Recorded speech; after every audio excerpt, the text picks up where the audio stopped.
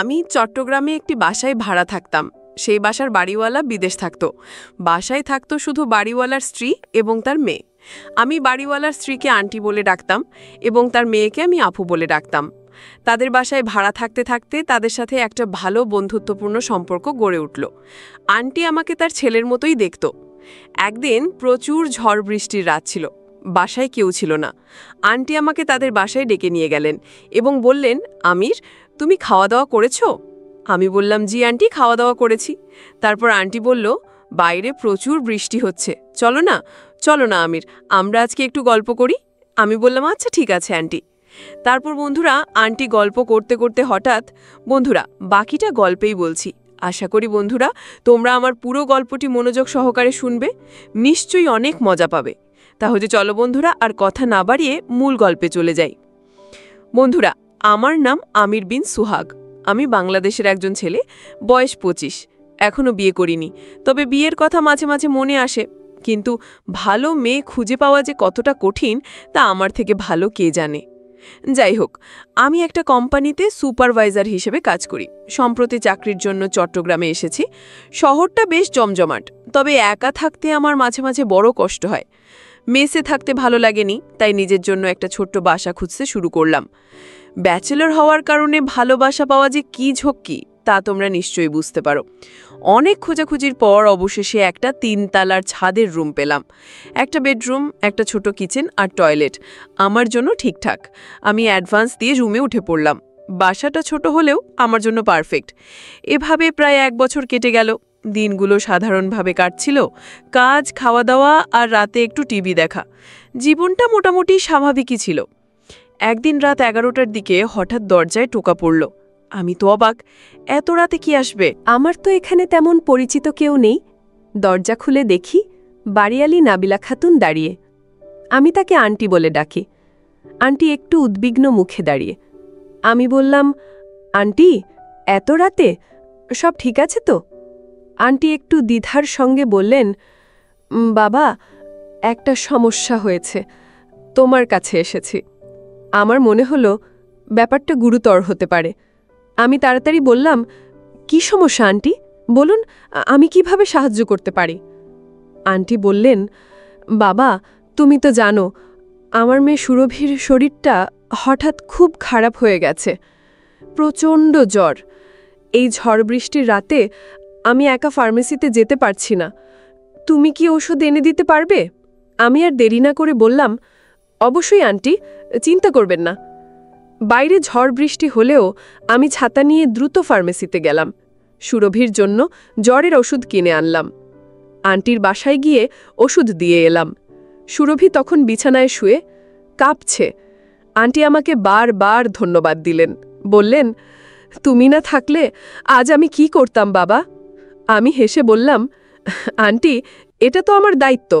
সেদিন রাতে বাসায় ফিরে মনে একটা ভালো লাগা কাজ করছিল। আন্টির কৃতজ্ঞতার কথাগুলো মনে পড়ছিল।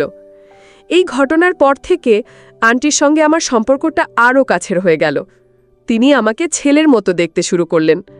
এরপর থেকে আন্টি মাঝে মাঝে আমার খোঁজখবর নিতেন। কখনো রাতের খাবার নিয়ে চলে আসতেন, বলতেন, তুমি একা থাকো, ভালো খাবার খাওয়া হয় না, এটা নাও, আমি রান্না করেছি। আমি একটু লজ্জা পেয়ে বলতাম, আন্টি, এত কষ্ট করেন কেন? তিনি হেসে বলতেন, তুমি আমার ছেলের মতো, তোমার জন্য এটা কোনো কষ্ট নয়। আন্টির এই স্নেহ আমাকে খুব ছুঁয়ে যেত। মনে হতো এই শহরে আমারও একটা পরিবার আছে। একদিন সন্ধ্যায় আন্টি আবার এলেন। এবার তিনি একটু অন্যরকম লাগলেন। হাসি খুশি মুখে বললেন, আমির, তোমার সঙ্গে একটু গল্প করতে ইচ্ছে করছে। আমি বললাম, অবশ্যই আন্টি, বসুন। আমরা অনেকক্ষণ গল্প করলাম। তিনি তার জীবনের নানা গল্প শোনালেন, কিভাবে তিনি আর আঙ্কেলের বিয়ে হয়েছিল, আঙ্কেল এখন বিদেশে থাকেন, আর সুরভির ছোটবেলার গল্প। আমি মন দিয়ে শুনছিলাম, কিন্তু মাঝে মাঝে আন্টির চোখে একটা অদ্ভুত দৃষ্টি লক্ষ্য করলাম, যেন তিনি আমাকে কিছু বোঝাতে চাইছেন। গল্প শেষে আন্টি হঠাৎ বললেন, আমির, তুমি খুব ভালো ছেলে, আমি চাই তুমি সবসময় আমাদের কাছাকাছি থাকো। আমি হেসে বললাম, আন্টি, আমি তো এখানেই আছি। কিন্তু তার কথার মধ্যে যেন কিছু একটা লুকিয়েছিল, আমি ঠিক বুঝতে পারলাম না। রাতে শুয়ে ভাবছিলাম, আন্টি কি কিছু বলতে চাইছিলেন? তার দৃষ্টিতে কেন এমন রহস্য ছিল? ব্যাপারটা আমার মাথায় ঘুরতে লাগল। আন্টির সেই রহস্যময় দৃষ্টি আমার মাথা থেকে যেন কিছুতেই যাচ্ছিল না। রাতে ঘুমোতে গিয়েও বারবার ভাবছিলাম, তিনি কি আসলেই কিছু বলতে চাইছিলেন, নাকি আমি বেশি ভেবে ফেলছি। যাই হোক, আমি ঠিক করলাম এই বিষয়ে বেশি না ভেবে স্বাভাবিকভাবে চলব। পরের দিন সকালে আমি কাজে বের হলাম, কিন্তু মনের কোণে একটা অস্বস্তি রয়েই গেল। আন্টির কথাগুলো কেন যেন আমার কাছে সাধারণ মনে হচ্ছিল না। কাজ থেকে ফিরে এসে দেখি আন্টি আবার আমার রুমের সামনে দাঁড়িয়ে। এবার তার হাতে একটা বড় বাটি, ভেতরে সুগন্ধি ভাত আর মুরগির কোরমা। আমি একটু অবাক হয়ে বললাম, আন্টি, আবার খাবার? আপনি এত কষ্ট করেন কেন? তিনি হেসে বললেন, আরে বাবা, তুমি একা থাকো, ভালো খাবার না খেলে শরীর খারাপ হয়ে যাবে। এটা আমার ছেলের জন্যই তো রান্না করেছি। তার কথায় আমার মনটা একটু গলে গেল। আমি হাসলাম আর খাবারটা নিয়ে নিলাম। রাতে খাবার খেতে খেতে ভাবছিলাম, আন্টি এত যত্ন করেন কেন? আমি তো শুধুই তাদের ভাড়াটিয়া। তবে তার এই আন্তরিকতা আমাকে সত্যিই মুগ্ধ করছিল। খাবারটা এত সুস্বাদু ছিল যে আমি একবারে পুরোটা শেষ করে ফেললাম। খাওয়া শেষ করে বাটি ধুয়ে আন্টির বাসায় ফেরত দিতে গেলাম। দরজা খুলল সুরভি। সে তখনও একটু দুর্বল দেখাচ্ছিল, তবে জ্বর অনেকটা কমে গেছে। আমি বললাম, সুরভি, এখন কেমন আছো তুমি?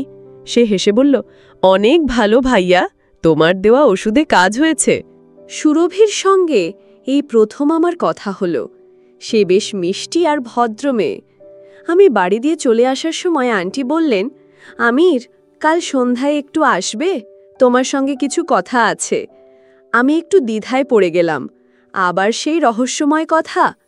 আমি শুধু মাথা নেড়ে বললাম, ঠিক আছে আন্টি, আমি আসব। কিন্তু মনে মনে একটা অজানা শঙ্কা কাজ করছিল, আন্টি কি বলতে চান। পরের দিন সন্ধ্যায় আমি আন্টির বাসায় গেলাম। তিনি আমাকে বসতে বললেন। সুরভিও ছিল সেখানে। আন্টি শুরু করলেন, আমির, তুমি তো জানো আমার স্বামী বিদেশে থাকেন। আমি আর সুরভি এখানে একা। মাঝে মাঝে আমার খুব একা লাগে। তুমি এসেছো, তাই আমার মনে হয় আমার আরেকটা ছেলে আছে। আমি হাসলাম, কিন্তু তার কথার ধরন আমাকে একটু অস্বস্তিতে ফেলল। তিনি যেন ইচ্ছাকৃতভাবে কিছু লুকোচ্ছেন। আন্টি এরপর বললেন, আমি চাই তুমি আমাদের পরিবারের একজন হয়ে যাও। এই কথাটা শুনে আমার মাথা ঘুরে গেল। এটা কি বলছেন তিনি? আমি কিছুটা ঘাবড়ে গিয়ে বললাম, আন্টি, আমি তো আপনাদের খুব কাছের মনে করি, কিন্তু এটা কিভাবে সম্ভব? তিনি হেসে বললেন, সব সম্ভব বাবা, তুমি শুধু আমার কথাগুলো একটু মন দিয়ে শোনো। আমি কিছু বলতে গিয়েও চুপ করে গেলাম। আমরা আরও কিছুক্ষণ গল্প করলাম। সুরভি মাঝে মাঝে কথায় যোগ দিচ্ছিল। তার কথাবার্তা ছিল খুব সহজ আর স্বাভাবিক, কিন্তু আন্টির কথার মধ্যে যেন একটা গভীর উদ্দেশ্য লুকিয়েছিল। তিনি বারবার বলছিলেন, আমির, তুমি আমাদের জন্য অনেক কিছু করেছ। আমি চাই তুমি আমাদের আরও কাছে থাকো। আমি শুধু হাসছিলাম, কিন্তু মনে মনে ভাবছিলাম, এই কথার পেছনে কি আছে? আন্টি কি কোনো পরিকল্পনা করছেন? বাসায় ফিরে এসে আমি ভাবতে লাগলাম, আন্টির এই আচরণ আমাকে ক্রমশ অস্বস্তিতে ফেলছে। তিনি কি আমার কাছ থেকে কিছু আশা করছেন, নাকি আমি বেশি ভেবে ফেলছি? তার কথাগুলো আমার মাথায় ঘুরছিল। আমি ঠিক করলাম পরের দিন আন্টির সঙ্গে খোলাখুলি কথা বলবো। কিন্তু তার আগে আমার আরেকটা প্রশ্ন জাগল, আন্টির এই রহস্যময় আচরণের পেছনে সুরভির কোনো ভূমিকা আছে কি? আন্টির রহস্যময় কথাবার্তা আমার মাথায় ঘুরপাক খাচ্ছিল। আমি ঠিক করেছিলাম আজ আন্টির সঙ্গে খোলাখুলি কথা বলবো।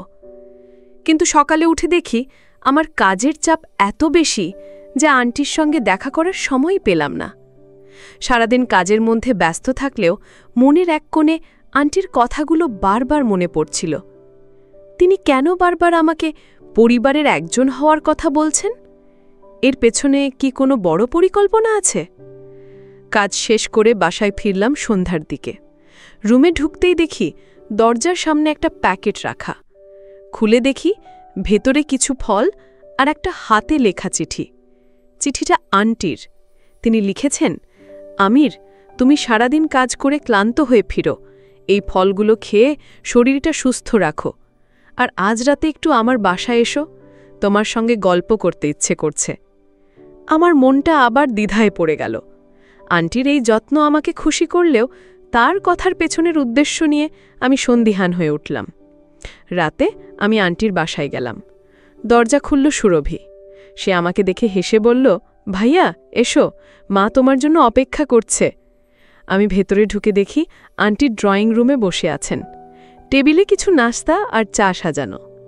আন্টি আমাকে দেখে উঠে দাঁড়ালেন, বললেন, আমির বাবা এসেছ, বসো, একটু গল্প করি। আমি বসলাম, কিন্তু মনে মনে একটু সতর্ক ছিলাম। আন্টির কথার ধরন আমাকে ক্রমশ অস্বস্তিতে ফেলছিল। আন্টি গল্প শুরু করলেন, বললেন, তুমি তো জানো আমার স্বামী বছরের বেশিরভাগ সময় বিদেশে থাকেন। আমি আর সুরভি এখানে একা। তুমি এসেছ, তাই আমার মনে হয় আমাদের বাড়িতে একটা নতুন প্রাণ এসেছে। আমি হাসলাম, কিন্তু কিছু বললাম না। তিনি আবার বললেন, আমির, তুমি কি কখনো ভেবেছ জীবনে একটা পরিবারের গুরুত্ব কতটা? আমি একটু ভেবে বললাম, হ্যাঁ আন্টি, পরিবার তো সবার জীবনের মূল শক্তি। আন্টি হঠাৎ একটু থামলেন, তারপর বললেন, আমি চাই তুমি আমাদের পরিবারের কাছাকাছি থাকো। এই কথাটা শুনে আমার বুকটা ধক করে উঠল। আমি বললাম, আন্টি, আমি তো আপনাদের খুব কাছের মনে করি, কিন্তু আপনি ঠিক কি বলতে চাইছেন? তিনি হেসে বললেন, ধৈর্য ধরো বাবা, সব কিছু সময়ে বুঝতে পারবে। আমি আর কিছু জিজ্ঞাসা করতে সাহস পেলাম না। গল্পের মাঝে সুরভি এসে যোগ দিল। সে বলল, ভাইয়া তুমি কি জানো, মা তোমার খুব প্রশংসা করে, বলে তুমি খুব ভালো ছেলে। আমি হেসে বললাম, আন্টি বেশি প্রশংসা করেন, আমি তো সাধারণ মানুষ। সুরভির কথাবার্তা ছিল খুব স্বাভাবিক, কিন্তু আন্টির কথার মধ্যে যেন একটা গভীর অর্থ লুকিয়েছিল। আমি মনে মনে ভাবছিলাম, আন্টি কি আমাকে কিছু বোঝাতে চাইছেন, নাকি আমি ভুল বুঝছি? রাতে বাসায় ফিরে আমি আরও বেশি চিন্তায় পড়ে গেলাম। আন্টির কথাগুলো আমার মাথায় ঘুরছিল। তিনি বারবার পরিবারের অংশ হওয়ার কথা বলছেন, কিন্তু তার মানে কি? আমি কি তাদের পরিবারের কাছাকাছি থাকার জন্য যথেষ্ট নির্ভরযোগ্য, নাকি আন্টির আর একটা উদ্দেশ্য আছে? আমার মন বলছিল এর পেছনে কিছু একটা আছে। আমি ঠিক করলাম আন্টির সঙ্গে আরেকটু খোলামেলা কথা বলতে হবে। ঘুমোতে যাবার আগে আমার মনে হঠাৎ একটা প্রশ্ন জাগল, সুরভি কি এই রহস্যের সঙ্গে জড়িত? তার স্বাভাবিক আচরণের পেছনেই কি কিছু লুকিয়ে আছে? আমি ঠিক করলাম পরের দিন সুরভির সঙ্গে একটু কথা বলে দেখব। আন্টির রহস্যময় কথাবার্তা আমাকে রাতে ঘুমোতেও দিচ্ছিল না। আমি ঠিক করেছিলাম সুরভির সঙ্গে কথা বলে বোঝার চেষ্টা করব এই রহস্যের কোনো অংশে তার ভূমিকা আছে কিনা। পরের দিন সকালে আমি কাজে যাবার আগে সুরভির সঙ্গে দেখা করার একটা সুযোগ খুঁজলাম। ভাগ্যক্রমে আমি রুম থেকে বের হতেই দেখি সুরভি বারান্দায় দাঁড়িয়ে ফোন নিয়ে কিছু করছে। আমি তার কাছে গিয়ে বললাম, সুরভি, কেমন আছো তুমি? সুরভি হেসে বলল, ভাইয়া, আমি এখন অনেক ভালো। তুমি তো আমার জন্য ঔষধ এনে দিয়েছিলে, তাই তো এত তাড়াতাড়ি সুস্থ হয়ে গেছি। তার কথায় আমার মনটা একটু হালকা হলো। আমি বললাম, তোমার মা আমার জন্য অনেক কিছু করেন, মাঝে মাঝে আমার লজ্জা লাগে। সুরভি হাসল, তারপর বলল, মা তো তোমাকে খুব পছন্দ করে, বলে তুমি খুব দায়িত্বশীল আর ভালো মানুষ। আমি হাসলাম, কিন্তু মনে মনে ভাবছিলাম এই প্রশংসার পেছনে কি কিছু লুকিয়ে আছে। আমি একটু দ্বিধা করে জিজ্ঞাসা করলাম, সুরভি, আন্টি মাঝে মাঝে আমার সঙ্গে এমন কিছু কথা বলেন যেগুলো আমি ঠিক বুঝতে পারি না, তুমি কি কিছু জানো? সুরভি একটু অবাক হয়ে আমার দিকে তাকালো, তারপর হেসে বলল, ভাইয়া, মা একটু রহস্যময় কথা বলতে ভালোবাসে। তবে তুমি চিন্তা করো না, মার মনে কোনো খারাপ উদ্দেশ্য নেই। তার কথা শুনে আমার মনটা আরও অস্থির হয়ে গেল। সুরভি কি কিছু লুকোচ্ছে, নাকি সত্যিই কিছু জানে না? কাজে যাওয়ার পথে আমি ভাবছিলাম, সুরভির কথা সত্যি হলে আন্টির এই রহস্যময় আচরণের কারণ কি? আমি কি বেশি ভেবে ফেলছি? কাজের ফাঁকে আমার মনটা বারবার আন্টির কথার দিকে চলে যাচ্ছিল। তিনি কেন বারবার আমাকে পরিবারের অংশ হওয়ার কথা বলছেন? এর পেছনে কি কোনো বড় পরিকল্পনা আছে, নাকি এটা শুধুই তার স্নেহের প্রকাশ? আমি ঠিক করলাম আজ রাতে আন্টির সঙ্গে আরেকটু খোলামেলা কথা বলবো। সন্ধ্যায় বাসায় ফিরে দেখি আন্টি আবার আমার রুমের সামনে দাঁড়িয়ে। এবার তার হাতে একটা ছোট প্যাকেট। আমি বললাম, আন্টি, আপনি আবার এসেছেন, কি হয়েছে? তিনি হেসে বললেন, কিছু হয়নি বাবা, এটা তোমার জন্য একটা ছোট উপহার। আমি প্যাকেটটা খুলে দেখি ভিতরে একটা সুন্দর মাফলার। আন্টি বললেন, শীত আসছে, এটা তোমার কাজে লাগবে। আমি ধন্যবাদ দিলাম, কিন্তু মনে মনে ভাবছিলাম এই উপহারের পেছনেও কি কোনো উদ্দেশ্য আছে? আন্টি আমাকে ভেতরে বসতে বললেন। আমি সাহস করে বললাম, আন্টি, আপনি আমার জন্য এত কিছু করেন, আমি সত্যিই কৃতজ্ঞ। কিন্তু আপনার কথায় মাঝে মাঝে আমার মনে হয় আপনি কিছু বলতে চান, যেটা আমি ঠিক বুঝতে পারছি না। আন্টি একটু হাসলেন, তারপর বললেন, আমির, তুমি খুব বুদ্ধিমান, কিন্তু কিছু জিনিস সময়ের সঙ্গে সঙ্গে পরিষ্কার হয়। আমি শুধু চাই তুমি আমাদের ওপর ভরসা রাখো। তার কথা শুনে আমার মন আরও দ্বিধায় পড়ে গেল। আমরা আরও কিছুক্ষণ গল্প করলাম। আন্টি তার জীবনের কিছু পুরনো গল্প শোনালেন। তিনি বললেন, আমার জীবনে অনেক চড়াই উঠাই গেছে, কিন্তু আমি সবসময় বিশ্বাস করি ভালো মানুষের সঙ্গে ভালো কিছুই ঘটে। তার কথাগুলো আমাকে ভাবিয়ে তুলল। আমি বললাম, আন্টি, আমি সবসময় চেষ্টা করি ভালো মানুষ হতে। তিনি হেসে বললেন, তুমি ইতিমধ্যেই ভালো মানুষ আমির, শুধু একটু ধৈর্য ধরো। বাসায় ফিরে আমি আরও বেশি চিন্তায় পড়ে গেলাম। আন্টির কথাগুলো যতটা স্নেহময় ততটাই রহস্যময়। আমি বুঝতে পারছিলাম না তিনি আমাকে কি বোঝাতে চাইছেন। সুরভির কথাও আমার মনে পড়ছিল। সে বলেছিল আন্টির মনে কোনো খারাপ উদ্দেশ্য নেই। কিন্তু তাহলে এই রহস্য কি? আমি ঠিক করলাম এই রহস্যের জাল আরও খোলার চেষ্টা করব। পরের দিন সকালে আমি কাজে যাওয়ার আগে আন্টির বাসায় গেলাম। মনে মনে ভেবেছিলাম আজ হয়তো খোলাখুলি কথা বলে কিছু জানতে পারব, কিন্তু দরজা খুলল সুরভি। সে হেসে বলল, ভাইয়া, এত সকালে? মা তো বাজারে গেছে। আমি একটু হতাশ হলাম, তবে সুরভির সঙ্গে কথা বলার একটা সুযোগ পেলাম। আমি বললাম, সুরভি, আমি আসলে আন্টির সঙ্গে একটু কথা বলতে এসেছিলাম। তিনি মাঝে মাঝে এমন কিছু কথা বলেন যেগুলো আমি ঠিক বুঝতে পারি না। তুমি কি কিছু জানো? সুরভি একটু চুপ করে থেকে বলল, ভাইয়া, মা তোমাকে খুব পছন্দ করে। তিনি তোমার জন্য অনেক কিছু ভাবেন। তবে আমি ঠিক জানি না তিনি কি বলতে চান। তার কথাই আমার সন্দেহ আরও বাড়ল। সুরভি কি সত্যিই কিছু জানে না, নাকি কিছু লুকোচ্ছে? কাজে যাওয়ার পথে আমি ভাবছিলাম এই রহস্যের সমাধান করতে হলে আমাকে আরও সতর্ক হতে হবে। আন্টির কথাগুলো স্নেহময় হলেও তার পেছনে যেন একটা বড় উদ্দেশ্য লুকিয়ে আছে। আমি ঠিক করলাম আন্টির সঙ্গে পরবর্তী কথাবার্তায় আমি আরও মনোযোগী হব। কাজের ফাঁকে আমার মনটা বারবার সেই রাতের কথার দিকে চলে যাচ্ছিল, যখন আন্টি বলেছিলেন সব কিছু সময়ের সঙ্গে পরিষ্কার হয়। কিন্তু আমি আর অপেক্ষা করতে চাইছিলাম না। সন্ধ্যায় বাসায় ফিরে দেখি আন্টি আমার রুমের সামনে দাঁড়িয়ে। এবার তার হাতে একটা ছোট্ট বাক্স। আমি বললাম, আন্টি, আপনি আবার এসেছেন, এটা কি? তিনি হেসে বললেন, এটা তোমার জন্য একটা ছোট উপহার বাবা, খুলে দেখো। আমি বাক্সটা খুলে দেখি ভেতরে একটা সুন্দর কলম। আমি বললাম, আন্টি, আপনি এত কিছু করেন কেন? আমি তো এমনিতেই আপনাদের খুব কাছের মনে করি। তিনি বললেন, এটা আমার মনের ইচ্ছে, তুমি আমার ছেলের মতো। আমি সাহস করে বললাম, আন্টি, আপনি বারবার আমাকে পরিবারের কাছাকাছি থাকার কথা বলছেন। আমি ঠিক বুঝতে পারছি না আপনি কি বলতে চাইছেন। আমাকে একটু খোলাসা করে বলুন। আন্টি একটু থামলেন, তারপর হেসে বললেন, আমির, তুমি খুব অধৈর্য। আমি শুধু চাই তুমি আমাদের উপর ভরসা রাখো। আমি তোমার জন্য ভালো কিছুই ভাবি। তার কথা শুনে আমার মনটা আরও জট পাকিয়ে গেল। তিনি কেন সরাসরি কিছু বলছেন না? আমরা কিছুক্ষণ গল্প করলাম। আন্টি আমাকে তার গ্রামের বাড়ির গল্প শোনালেন। বললেন, আমার গ্রামের বাড়িতে একটা বড় আমবাগান আছে, তুমি কখনো গেলে তোমার খুব ভালো লাগবে। আমি হেসে বললাম, আন্টি, আমি গ্রাম খুব পছন্দ করি, কবে যাব? তিনি বললেন, খুব শিগগিরই বাবা, আমি চাই তুমি আমাদের সঙ্গে আরও কাছাকাছি থাকো। তার কথার মধ্যে আবার সেই রহস্যময় ছোঁয়া। আমি আর কিছু জিজ্ঞাসা করলাম। বাসায় ফিরে আমি ভাবতে লাগলাম, আন্টির এই উপহার দেওয়া, কথার মধ্যে রহস্য রাখা, এসবের পিছনে কি আছে? আমার মনে হচ্ছিল তিনি আমাকে কিছু বলতে চান, কিন্তু কেন যেন বলছেন না। সুরভির কথাও মনে পড়ছিল।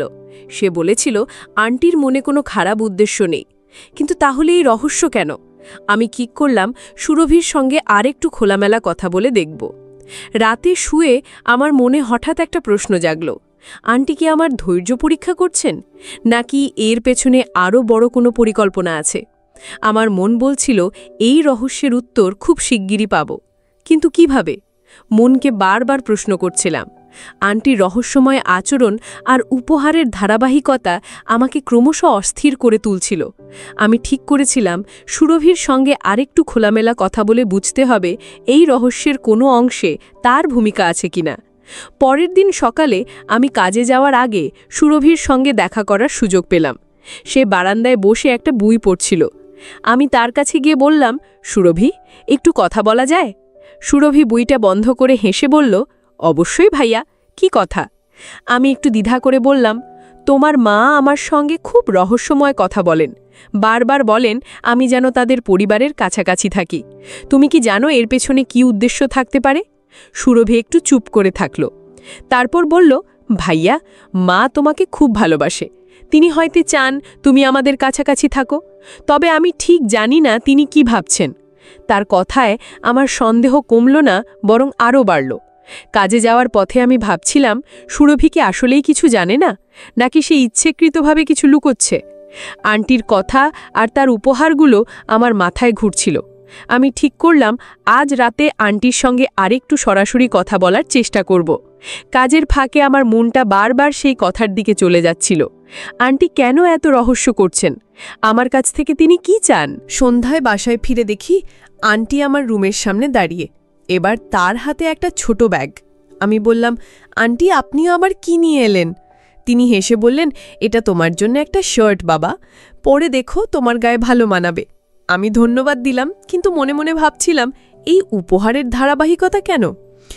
আমি সাহস করে বললাম, আন্টি, আপনি আমার জন্য এত কিছু করেন, আমি সত্যি কৃতজ্ঞ, কিন্তু আমার মনে হয় আপনি কিছু বলতে চান, দয়া করে খোলাসা করে বলুন। আন্টি হাসলেন, তারপর বললেন, আমির, তুমি খুব সৎ ছেলে। আমি শুধু চাই তুমি আমাদের উপর ভরসা রাখো। আমার মনে হয় তুমি আমাদের পরিবারের জন্য অনেক কিছু করতে পারো। তার কথা শুনে আমার মনটা আরও জটিল হয়ে গেল। আমি বললাম, আন্টি, আমি তো সবসময় আপনাদের পাশে আছি, কিন্তু আপনি ঠিক কি বলতে চাইছেন? তিনি শুধু হেসে বললেন, সব কিছু সময়ের সঙ্গে বুঝতে পারবে বাবা। আমরা কিছুক্ষণ গল্প করলাম। আন্টি আমাকে তার জীবনের আরও কিছু গল্প শোনালেন। তিনি বললেন, আমার জীবনে অনেক কষ্ট ছিল, কিন্তু আমি সবসময় বিশ্বাস করি যে ভালো মানুষের জন্য ভালো কিছু অপেক্ষা করে। আমি বললাম, আন্টি, আমি চেষ্টা করি সৎ থাকতে। তিনি হেসে বললেন, তুমি ইতিমধ্যেই সৎ আমির, শুধু একটু ধৈর্য ধরো। আমি আর কিছু জিজ্ঞাসা করতে পারলাম না। বাসায় ফিরে আমি ভাবতে লাগলাম, আন্টির এই কথাগুলোর মানে কি? তিনি বারবার ধৈর্য ধরতে বলছেন কেন? আমার মনে হচ্ছিল তিনি আমার কাছ থেকে কিছু আশা করছেন, কিন্তু কি? সুরভির কথাও মনে পড়ছিল। সে বলেছিল আন্টির কোনো খারাপ উদ্দেশ্য নেই, কিন্তু তাহলে এই রহস্য কেন? আমি ঠিক করলাম এই রহস্যের জাল আরও খোলার জন্য আমাকে আরও সতর্ক হতে হবে। রাতে শুয়ে আমার মনে হঠাৎ একটা প্রশ্ন জাগল, আন্টি কি আমার চরিত্র পরীক্ষা করছেন? তার এই উপহার, কথাবার্তা, এসব কি আমাকে যাচাই করার জন্য? এসব ভাবতে ভাবতে ভাবতে ঘুমিয়ে গেলাম। আন্টির রহস্যময় আচরণ আমাকে আরও বেশি ভাবিয়ে তুলছিল। আমার মনে হচ্ছিল তিনি আমার চরিত্র বা ধৈর্য পরীক্ষা করছেন, কিন্তু কেন? আমি ঠিক করেছিলাম এই রহস্যের জাল আরও খোলার জন্য সুরভির সঙ্গে আরেকটু খোলামেলা কথা বলবো। পরের দিন সকালে আমি কাজে যাওয়ার আগে সুরভির সঙ্গে দেখা করার সুযোগ পেলাম। সে বারান্দায় বসে একটা ফুলের গাছের পরিচর্যা করছিল। আমি তার কাছে গিয়ে বললাম, সুরভি, একটু কথা বলতে পারি? সুরভি হেসে বলল, অবশ্যই ভাইয়া, কি বলবে? আমি সরাসরি বললাম, তোমার মা আমার সঙ্গে এমন কিছু কথা বলেন যেগুলো আমার কাছে রহস্যময় মনে হয়। তিনি বারবার বলেন আমি যেন তাদের পরিবারের কাছাকাছি থাকি। তুমি কি জানো এর পেছনে কি আছে? সুরভি একটু থামল, তারপর বলল, ভাইয়া, মা তোমাকে খুব পছন্দ করে। তিনি হয়তো চান তুমি আমাদের আরও কাছের হয়ে যাও, তবে আমি ঠিক জানি না তিনি কি পরিকল্পনা করছেন। তার কথায় আমার মনের সন্দেহ আরও গাঢ় হলো। কাজে যাওয়ার পথে আমি ভাবছিলাম, সুরভি কি আসলে কিছু জানে না, নাকি সে আমার সঙ্গে কিছু লুকোচ্ছে? আন্টির উপহার আর কথাবার্তা আমাকে ক্রমশ অস্থির করে তুলছিল। আমি ঠিক করলাম আজ রাতে আন্টির সঙ্গে আরেকটু স্পষ্ট করে কথা বলবো। কাজের ফাঁকে আমার মনটা বারবার আন্টির কথার দিকে চলে যাচ্ছিল। তিনি কেন আমাকে এত গুরুত্ব দিচ্ছেন? এর পেছনে কি কোনো বড় উদ্দেশ্য আছে? সন্ধ্যায় বাসায় ফিরে দেখি আন্টি আমার রুমের সামনে দাঁড়িয়ে, এবার তার হাতে একটা ছোট প্যাকেট। আমি বললাম, আন্টি, আপনি আবার কি নিয়ে এলেন?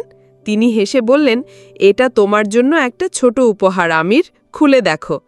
আমি প্যাকেটটা খুলে দেখি ভেতরে একটা সুন্দর ঘড়ি। আমি বললাম, আন্টি, আপনি এত কিছু করেন কেন? আমি তো এমনিতেই আপনাদের খুব কাছের মনে করি। তিনি বললেন, তুমি আমার ছেলের মতো, এটা আমার মনের ইচ্ছা। আমি সাহস করে বললাম, আন্টি, আপনি বারবার আমাকে উপহার দিচ্ছেন, রহস্যময় কথা বলছেন, আমি ঠিক বুঝতে পারছি না আপনি কি চান, দয়া করে খোলাসা করে বলুন। আন্টি হাসলেন, তারপর বললেন, আমির, তুমি খুব সৎ আর দায়িত্বশীল ছেলে। আমি শুধু চাই তুমি আমাদের উপর ভরসা রাখো। আমার মনে হয় তুমি আমাদের জন্য অনেক কিছু করতে পারো। তার কথা শুনে আমার মনটা আরও জটিল হয়ে গেল। আমরা কিছুক্ষণ গল্প করলাম। আন্টি আমাকে তার পরিবারের কিছু পুরনো গল্প শোনালেন।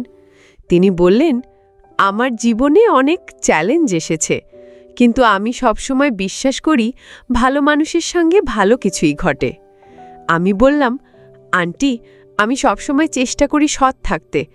তিনি হেসে বললেন, তুমি ইতিমধ্যেই সৎ আমির, শুধু একটু ধৈর্য ধরো। আমি আর কিছু জিজ্ঞাসা করতে পারলাম না। বাসায় ফিরে আমি ভাবতে লাগলাম, আন্টির এই রহস্যময় কথাগুলোর মানে কি? তিনি কেন বারবার ধৈর্য ধরতে বলছেন? আমার মনে হচ্ছিল তিনি আমার কাছ থেকে কিছু আশা করছেন। কিন্তু কি? সুরভির কথাও মনে পড়ছিল। সে বলেছিল আন্টির কোনো খারাপ উদ্দেশ্য নেই। কিন্তু তাহলে এই রহস্য কেন? আমি ঠিক করলাম, এই রহস্যের সমাধান করতে হলে আমাকে আরও সতর্ক হতে হবে। রাতে শুয়ে আমার মনে হঠাৎ একটা প্রশ্ন জাগল। আন্টিকে আমাকে কোনো বড় দায়িত্ব দেওয়ার কথা ভাবছেন, নাকি এর পেছনে আরও কিছু আছে? আন্টির রহস্যময় কথাবার্তা আর উপহারের ধারাবাহিকতা আমাকে ক্রমশ উৎকণ্ঠিত করে তুলছিল। আমি ঠিক করেছিলাম এই রহস্যের সমাধান করতেই হবে। পরের দিন সকালে আমি কাজে যাওয়ার আগে সুরভির সঙ্গে আরেকবার কথা বলার সুযোগ খুঁজলাম। তাকে বারান্দায় দেখে গিয়ে বললাম, সুরভি, আমি তোমার মায়ের কথা একটু বুঝতে চাই। তিনি কেন আমার সঙ্গে এমন রহস্যময় আচরণ করছেন? সুরভি হেসে বলল, ভাইয়া, মা তোমাকে খুব পছন্দ করে। তিনি হয়তো কিছু ভাবছেন, কিন্তু আমি সত্যিই জানি না। তুমি মায়ের সঙ্গে খোলাখুলি কথা বলো। তার কথা আমাকে আরও চিন্তায় ফেলল। কাজে যাওয়ার পথে আমি ভাবছিলাম, আন্টির এই রহস্যের পেছনে কি আছে? তিনি কি আমার চরিত্র পরীক্ষা করছেন, নাকি এর পেছনে অন্য কিছু আছে? আমি ঠিক করলাম আজ রাতে আন্টির সঙ্গে সরাসরি কথা বলবো। কাজের ফাঁকে আমার মনটা বারবার আন্টির কথার দিকে চলে যাচ্ছিল। তিনি বারবার বলছেন আমি যেন ধৈর্য ধরি, কিন্তু আমার ধৈর্য আর বাকি নেই। আমি এই রহস্যের উত্তর চাই। সন্ধ্যায় বাসায় ফিরে দেখি আন্টি আমার রুমের সামনে দাঁড়িয়ে। এবার তার হাতে কোনো উপহার নেই। তিনি একটু গম্ভীর মুখে বললেন, আমির, আজ তোমার সঙ্গে কিছু গুরুত্বপূর্ণ কথা আছে, আমার বাসায় এসো। আমার বুকটা ধক করে উঠল। এতদিনের রহস্য কি আজ খুলবে? আমি তার সঙ্গে তাদের বাসায় গেলাম। সুরভিও সেখানে ছিল, ড্রয়িং রুমে বসে। আন্টি আমাকে বসতে বললেন, তারপর শুরু করলেন, আমির, তুমি এই বাসায় আসার পর থেকে আমি তোমাকে লক্ষ্য করেছি। তুমি খুব সৎ, দায়িত্বশীল আর ভালো মানুষ। আমি তোমার উপর ভরসা করি। আমি বললাম, আন্টি, আমি সবসময় চেষ্টা করি ভালো মানুষ হতে, কিন্তু আপনি যে রহস্যময় কথা বলেন তা আমাকে অস্থির করে। দয়া করে বলুন, আপনি কি চাইছেন? আন্টি একটু হাসলেন, তারপর বললেন, আমির, আমি তোমার চরিত্র পরীক্ষা করছিলাম। আমি অবাক হয়ে বললাম, চরিত্র পরীক্ষা? কেন আন্টি? তিনি বললেন, তুমি জানো, আমার স্বামী বিদেশে থাকেন। আমি আর সুরভি এখানে একা। আমি চাই সুরভির জীবনে এমন একজন মানুষ আসুক যে তাকে যত্ন নেবে, তার পাশে থাকবে। আমি তোমাকে লক্ষ্য করেছি আমির, তুমি সেই মানুষ। আমি চাই তুমি আর সুরভি একসঙ্গে জীবন শুরু করো। আমার মাথা ঘুরে গেল। এই কথা আমি কল্পনাও করিনি। আমি সুরভির দিকে তাকালাম।